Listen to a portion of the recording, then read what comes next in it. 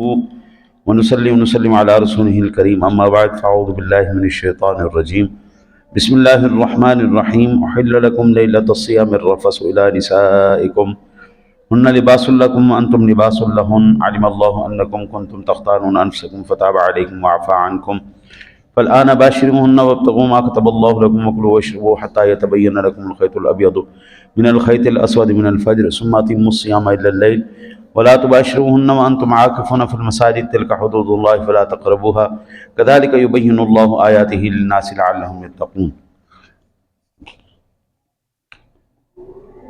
حل لكم لیلۃ الصیام الرفث الی نسائکم، اور روزے کی راتوں میں اپنی عورتوں کے پاس جانا تمہارے لیے حلال ہوا۔ ماہ رمضان مبارک کی جو پہلی سابقہ شریعتوں میں اصول رہا ہے وہ یہ رہا تھا کہ افطار کے بعد کھانا پینا مجامعات کرنا نماز عشاء تک حلال تھا، بعد عشاء یہ سب چیزیں منع کر دی گئی تھی۔ اللہ تعالیٰ نے اپنے محبوب کریم علیہ الصلوۃ والتسلیم کی ذات گرامی کے طفیل ہمیں وہ نعمتیں عطا فرمائی ہیں کہ اگر ہم ایک ایک لمحہ بھی شکریہ ادا کریں آپ جناب کا، ہم شکریہ ادا نہیں کر سکتے۔ ظاہری بات ہے مغرب سے عشاء تک یہ انتہائی تھوڑا دورانیہ ہے ان معاملات کے لیے۔ جو کام کرنے والے ہیں مزدور لوگ ہیں، بعض مرتبہ ایسا ہوتا تھا کہ وہ سو جایا کرتے تھے۔ صحابہ کرام علیہم رضوان میں کچھ مزدور صحابہ کرام بھی تھے اور کچھ جن کو ایسے معاملات ہوئے کہ ان سے مباشرت وقوع میں آئی تو وہ حضور سرور دو عالم صلی اللہ علیہ وسلم کی بارگاہ میں جا کے حاضر ہو گئے۔ اور میں کہتا ہوں یہ صحابہ کا ہم پر احسان ہے کہ انہوں نے حضور سرور دو عالم صلی اللہ علیہ وسلم کی بارگاہ میں جا کے مسئلہ عرض کیا اور جناب رسالت مآب صلی اللہ علیہ وسلم کے طفیل اللہ تعالیٰ نے ہم پر آسانیاں فرما دی ہیں۔ یہ صحابہ کا احسان ہے۔ اور میاں صاحب رحمۃ اللہ تعالیٰ علیہ فرماتے ہیں اسلاں نال جے نیکی کریے نسلاں تک نہیں بھول دے، بے نسلاں نال جے نیکی کریے پٹھیاں چالاں چل دے۔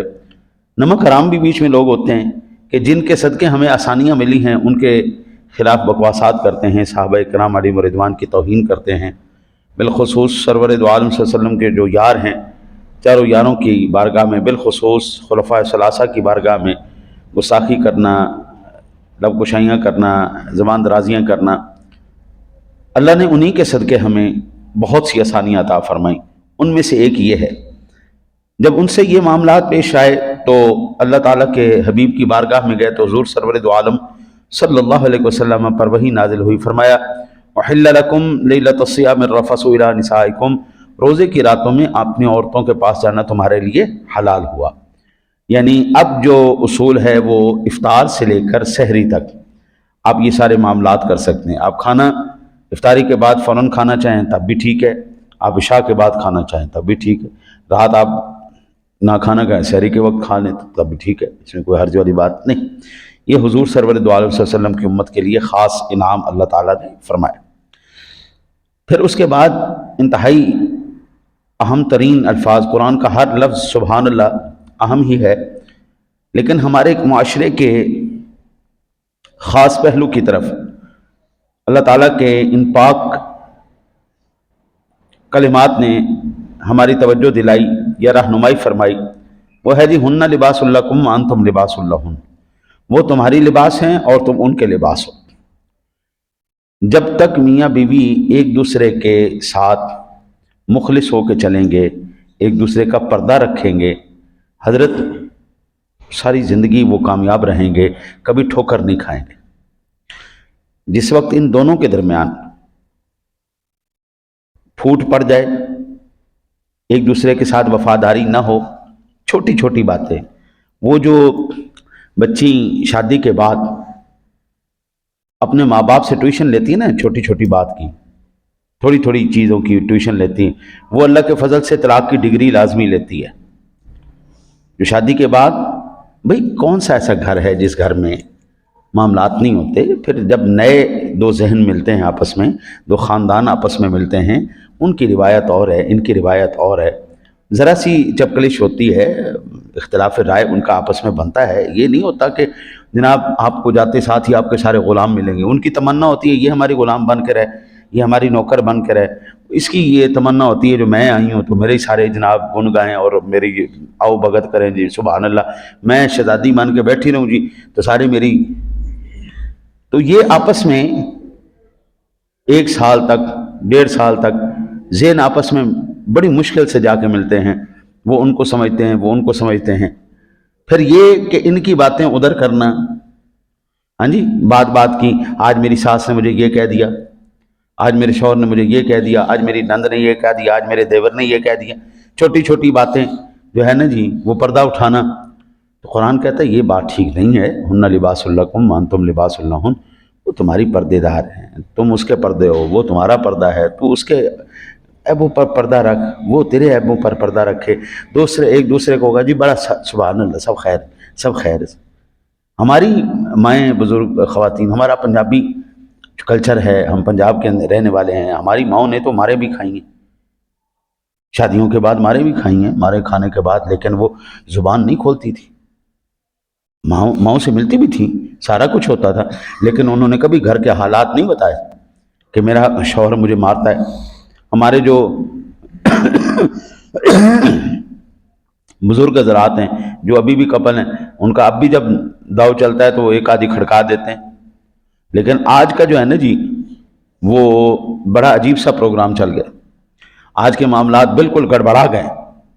ذرا سی بات نہ وہ برداشت کرتی نہ وہ برداشت کرتا، دونوں جناب آسمان پر ان کے پارے ہوتے ہیں. تو پھر بابو دیکھو ہمارے ماں باپ کے اندر آپ کو بہت کم ملے گا، بڑا شاذ و نادر ملے گا کہ کسی نے کسی کو طلاق دی تھی. ہمارے دادے نے طلاق دی تھی، یا ہمارے پردادے نے دی تھی، یا ہمارے باپ نے دی تھی. نہیں، بڑا کوئی کم جا کے کوئی ایسا واقعہ ہمارے سامنے. اور جب ایسی کوئی بات ہمارے سامنے آتی تھی تو ہم بڑی نا وہ انتہائی اچنبے کی بات لگتی تھی، بڑی حیرت زدہ ہو جاتے تھے. اچھا طلاق ہو گئی، وہ بڑی آج تو نارمل ہو گئی، آج تو جناب نارمل ہو گئی. جو چیزیں مشکل کرنی چاہیے تھیں وہ آسان ہو چکی ہیں، جو آسان ہونی چاہیے تھیں وہ مشکل ہو گئے. نکاح آسان ہونا چاہیے تھا وہ مشکل ہو گئے. زنا مشکل ہونا چاہیے تھا وہ آسان ہو گئے. طلاق مشکل ہونی چاہیے تھی وہ آسان ہو گئی. صلح آسان ہونی چاہیے تھی وہ مشکل ہو گئی. سب کچھ گڑبڑا گیا. یہ صرف قرآن کے ان جملوں کے اوپر ہی ہم تھوڑی سی توجہ کر لینا. اپنے بچوں کو بتا دے ہننا لباس لکم وانتم لباس لہن. اور اللہ کے بندے وہ تیرا لباس ہے، تو اس کا لباس ہے. تو نے اس کے پردے رکھنے، اس نے تیرے پردے رکھنے. ایک دوسرے کے کھولتے رہو گے. اب ایمان سے بتائیں، وہ بچی کا شوہر ہے اور یہ اس کا خامند ہے اور یہ بیوی ہے، تو پردے کس کے کھل رہے ہیں؟ تمہارے گھر کے. لوگوں کو اس سے کیا ہے؟ لوگ تو مزے لیں گے. آپ کے گھر کے حالات اگر گڑبڑائے ہوئے ہیں، لوگوں کو کیا فرق پڑتا ہے؟ بڑے سیانے لوگ ہمارے پنجابی میں کہتے ہیں ننے لیتے ہیں. وہ کی ہویا پھر وہ تہاڈے پیو دا سنیا تہاڈا پیو لڑ پیا سی تہاڈی ماں دی آپس وہ کی گل ہوئی بس تینوں کی تکلیف ہے؟ تو کیوں ننے لینا پیا؟ گھر دا مسئلہ آپ پہ ٹھیک ہو جائے گا.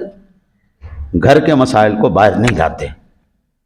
لیکن اب مسائل صرف باہر ہی نہیں آ رہے بلکہ اب سوشل میڈیا پر آ کر اور بیڑے گھر کو ہو رہے. اب ایمان سے بتائیے گا، اگر کوئی عورت آ کے مظلومیت کا کارڈ کھیلتی ہے سوشل میڈیا پر، ہاں جی، نیشنل میڈیا پر آ کے کھیلتی ہے، اور میڈیا کے کم سے کم بھی لاکھوں میں جا کے ویوز آتے ہیں، ایک شوہر لاکھوں بندوں کے سامنے ذلیل ہو رہا ہے اور عورت اس کو کر رہی ہے، کیا وہ شوہر اس کو رکھے گا واپس؟ شوہر تو نہیں رکھنے والا. لاکھوں بندوں کے سامنے جس کو ذلیل کر دیا اس نے. اور ظاہری بات ہے پھر لوگ بھی زبان نہیں سنبھالتے، معاملات کو نہیں پرکھتے، نہیں دیکھتے. آپ کو کس نے کہا آپ حکم بنے، آپ ثالث بنے؟ لیکن ہم ثالث بننے کے لیے ہم زیادہ تیار ہوتے نہیں، تو پھر اس کا نتیجہ کیا ہوتا ہے؟ طلاقیں بڑھ جاتی ہیں، اختلافات بڑھ جاتے ہیں. لہٰذا قرآن کہتا ہے اوے بندہ خدا، تو اس کے پردے رکھ، وہ تیرے پردے رکھے. آپس میں ذہن اللہ ملا دے گا. 1 سال 2 سال تو ایویں ہی گزر جاتے. اختلاف میں سمجھتے سمجھاتے ہی گزر جاتے ہیں. تو لہٰذا اللہ کہتا ہے تھوڑا سا صبر کرو. علم اللہ انکم کنتم تختانون انفسکم فتاب علیکم عفان. اللہ جانتا ہے کہ تم اپنی جانوں کو خیانت میں ڈالتے تھے، اس نے تمہارا توبہ قبول کی اور تمہیں معاف کر دیا.